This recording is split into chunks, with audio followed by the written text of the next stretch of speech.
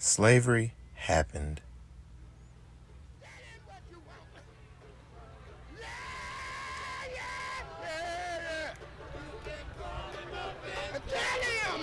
Tell him what you want, yeah. And you can't well. You better tell him.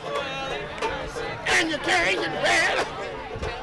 Yeah. Being at the Whitney plantation opened my eyes to how real slavery was. I mean, I've seen movies, I've read books, and I even heard lectures about it. But going to an actual slave plantation gave me a first-hand insight about how slavery really happened, and the same ground we walk on, they walked on. So instead of the grave that the forgotten slaves didn't get to have, they made this black tomb wall that had lists of names, and any detail was written on there about them. Because they will not only be going in as a single female, but they'll be going in as a female with child. Children were very essential, very valuable. Any child that was born into slavery, that is what they became, slaves. The house had 6 bedrooms, 3 on each side.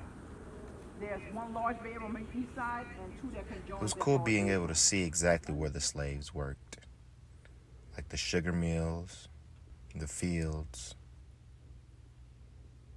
Being able to see where they actually slept. These small little cabins with no beds that they had to build on their own.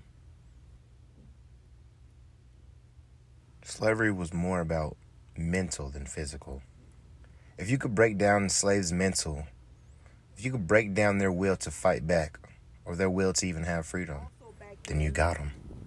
The enslaved that had to, every day for a whole hour, they had to watch these heads to make sure that they didn't try the very same thing.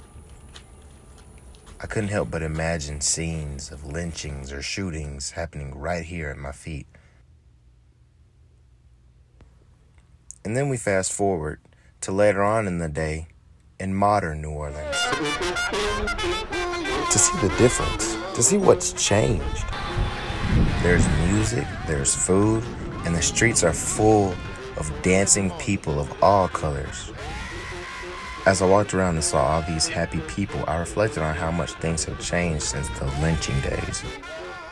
New Orleans was one of the first places slaves traveled to after slavery was abolished. A lot of the recipes were original and were started from those slaves that moved here to New Orleans. It's really cool to see how things can change over time. That's what I call Black evolution.